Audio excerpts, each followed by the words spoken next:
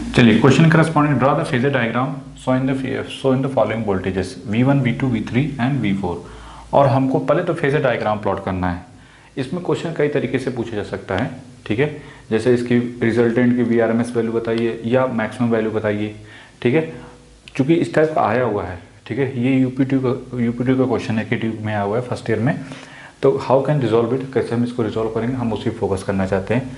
तो देखो जो भी दिया हुआ है, अब देखो हम क्या करेंगे, अगर आंसर पहले या तो सबको कॉस में चेंज करो या तो पूरा साइन में चेंज करो, पहला टारगेट ये होगा, ठीक है। जैसे मान लो ये दिया हुआ ठीक है साइन में, ये भी साइन में, ये V3 कितना है लाइक दिस वन करा, तो इसको पहले ये कॉस में दिया हुआ तो इसको पहले किस में चेंज करो, साइन में, ठीक है। V3 को जो है V3 फोकस करते हैं -50 कॉस है तो इसको जैसे साइन ओमेगा साइन में लिखते हैं तो क्या लिखते हैं साइन, ये इसके अंदर जो भी है उसको क्या लिखते हैं ओमेगा टी माइनस थीटा, नहीं यहाँ पे जो π/2 माइनस थीटा ऐसे लिखते हो ना, π/2 माइनस थीटा मतलब जो भी है 500t, ठीक है।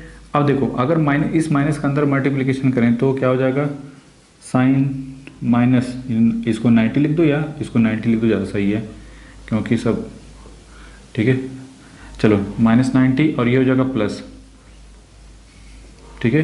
तो better to write 50 sine 500t minus 90 degree, ठीक है। अब देखो ड्रॉ कैसे करेंगे। पहली बात तो V1 V2 V3 और V4 सभी के सभी किस में हो गए, साइन में हो गए। तो अब इसको ड्रॉ करना है। पहले टारगेट का क्या है, फेजर डायग्राम।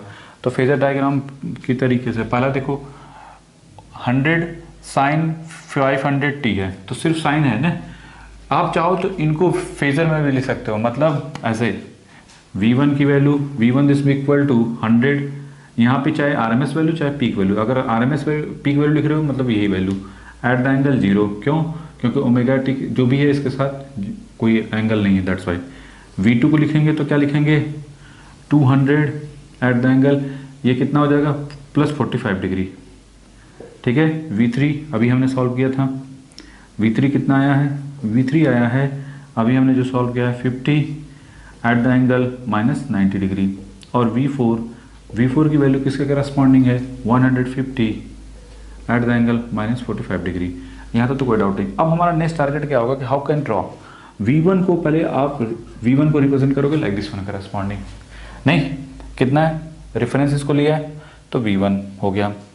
फिर V2, ये तो V1 हो गया, कोई दिक्कत नहीं। V2 किधर है +45 डिग्री पे है तो V2 को +45 यहाँ से यहाँ तक +45 पे बना दिया। V3 कितना है -90, V3 किधर होगा -90, ये मैग्नीट्यूड, ये -90 करस्पॉन्डिंग। V4 कितना है -45 V4, ठीक है। ये हो गया V4 करस्पॉन्डिंग। अगर आप इनको V1 V2 को लिखना चाहते हैं तो आप यहाँ पे V1 की वैल्यू कितनी है, जो भी वैल्यू है 100 एट द एंगल 0 डिग्री, ठीक है। V2 की वैल्यू कितनी है 200 at the angle +45 degree. V3 की वैल्यू है 50 at the angle -90 degree and V4 की वैल्यू है +-45, तो ये V4 की वैल्यू है 150 एट द एंगल -45 डिग्री, ठीक है। ये हो गया हमारा V1 V2 V3 V4 corresponding. यहाँ तक तो कोई डाउट नहीं। ये हो गया हमारा फेजर डायग्राम, ये हो गया हमारा दैट इज फेजर डायग्राम। तो फेजर डायग्राम अगर प्लॉट करने के लिए बोलता है ओनली फेजर डायग्राम तो ये हो गया दैट इज फेजर डायग्राम। अब इस फेजर डायग्राम की हेल्प से हम इसका रिजल्टेंट निकालेंगे। इतना ड्रॉ कर दिया तो ये हो गया फेजर डायग्राम कि फेजर डायग्राम अगर सिर्फ draw the phasor diagram so in the following voltages, तो ये हो गया पहला।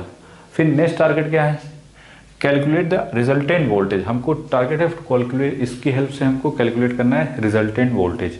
तो अब हमने इसके लिए बताया था कि ऑल कंपोनेंट, अब हमको रिजल्टेंट नहीं पता, हम कुछ भी मान सकते हैं V की वैल्यू, ठीक है। V की वैल्यू हम मान लेते हैं कि मान लो रिजल्टेंट कहीं इधर होगा, ऐसे मान लेते हैं V, और ये कितना है V की वैल्यू है V at the angle alpha, ठीक है, मतलब मैग्नीट्यूड और द एंगल अल्फा, ठीक है।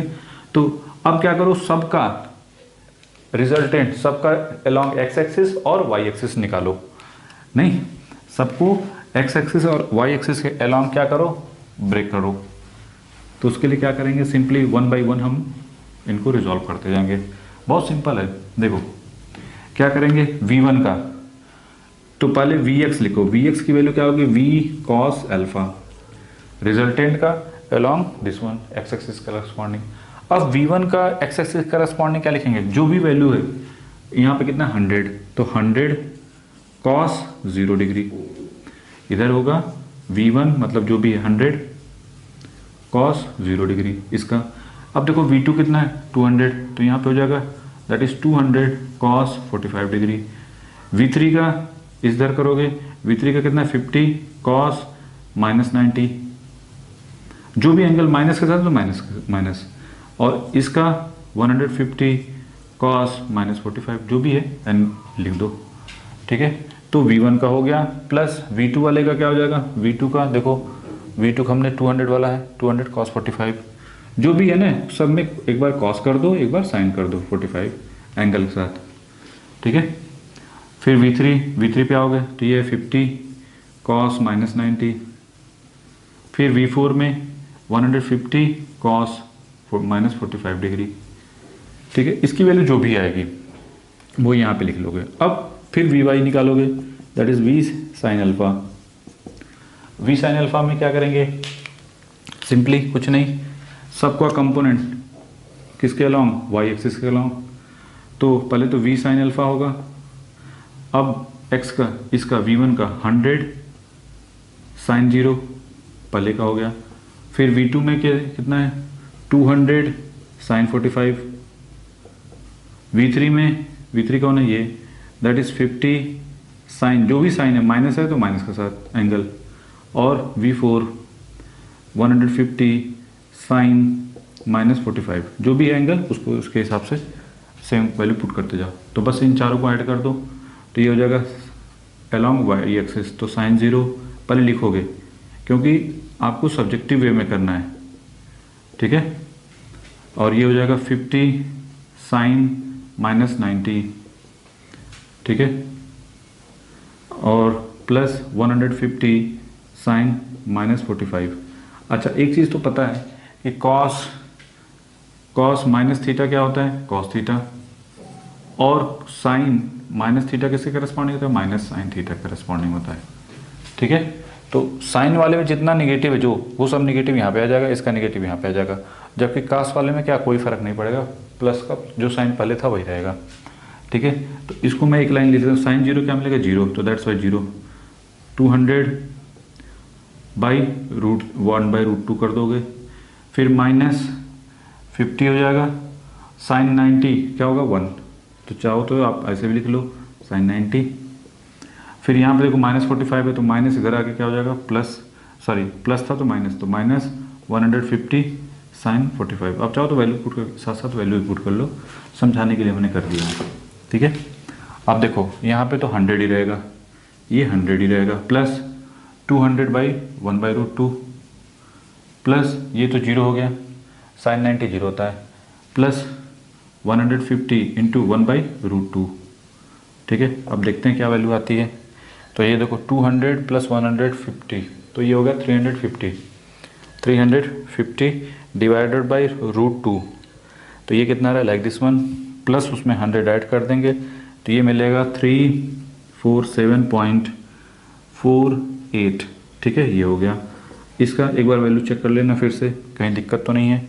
200 डिवाइड बाई √2, ठीक है, प्लस 150 डिवाइड बाई √2, ठीक है, प्लस 100, सही है, हाँ इतना ही आ रहा है, प्लस 7 इंटू से, चलो एक पॉइंट ले चलना चाहते हो तो कोई दिक्कत नहीं। अब हमारा क्या है 200 बाई √2, तो 200 डिवाइड बाई √2, और भी कहा कहीं, हाँ 200 माइनस 150 कितना मतलब 50 बाई √2, सीधे 50 बाई √2, तो ये मिलेगा लाइक दिस वन करस्पॉन्डिंग, फिर -50, ठीक है, ये मिलेगा -14 जो भी है 644, ठीक है। ये हो गया वी वाई। अब हमारा अगर रिजल्टेंट निकालना है तो जो रिजल्टेंट होगा वो कौन सी वैल्यू, मैक्सिमम वैल्यू होगी, पीक वैल्यू जो होगी, ठीक है। पीक वैल्यू या वी वैल्यू जो भी है इसको बोलते हैं वी एक्स का स्क्वायर प्लस वी वाई का स्क्वायर, तो ये वी एक्स है और ये क्या है वी वाई। अब इन दोनों का स्क्वायर करके ऐड कर दो यहाँ पे, तो जो भी वैल्यू आएगी वो कितनी आएगी, इसका स्क्वायर करेंगे तो प्लस 347.487 का होल स्क्वायर, ये आया लाइक दिस वन। फिर अंडर रूट ऑफ, एक सेकेंड, 14.644 का होल स्क्वायर प्लस 347.487 का होल स्क्वायर, ये कितना है लाइक दिस वन। फिर under root of this one का ये आ रहा है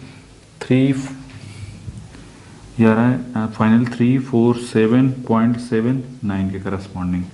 ठीक है, तो ये जो वैल्यू आई है लाइक दिस वन करस्पॉन्डिंग जो भी है, ठीक है, 347.79। अब हमारा क्या टारगेट होगा कि ये जो भी वैल्यू आई है एक बार रीचेक जरूर कर लेना, कहीं मिस्टेक तो नहीं है। एक भी मिस्टेक हुई तो पूरा का पूरा गया। ठीक है, 200 माइनस 150, तो ये 50 और 50 बाई रूट 2 और ये लगेगा 50 बाई रूट 2, सही है ना। 50 divide by root 2 like this one, minus 50 है, ठीक है, माइनस 14.6 है, कोई दिक्कत नहीं। तो यहाँ तक तो ये VM वैल्यू आ गई। तो व्हाट अबाउट RMS वैल्यू, अगर हमको RMS वैल्यू लिखनी हो तो पीक वैल्यू तो ठीक है, अगर हमको RMS वैल्यू लिखनी हो पहले यहाँ तक तो कोई VM हो गया, पहले हमारा टारगेट है इसके करस्पॉन्डिंग।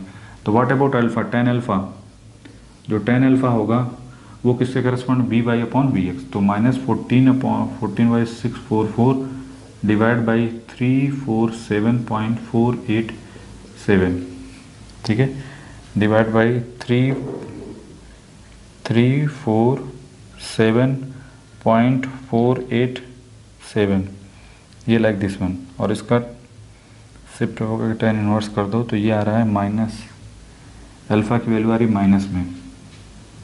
ठीक है, तो अल्फ़ा जो आ रहा है हमारा यहाँ से, व्हाट अबाउट अल्फ़ा की वैल्यू आ रही -2.413। ठीक है, मतलब रिजल्टेंट इधर कहीं कहाँ होगा, इधर कहीं होगा। जो हम मान के चल रहे थे ये इधर नहीं होगा बल्कि इधर होगा। V की वैल्यू आएगी पीक वैल्यू के करस्पॉन्डिंग 347.79 एट द एंगल -2.413।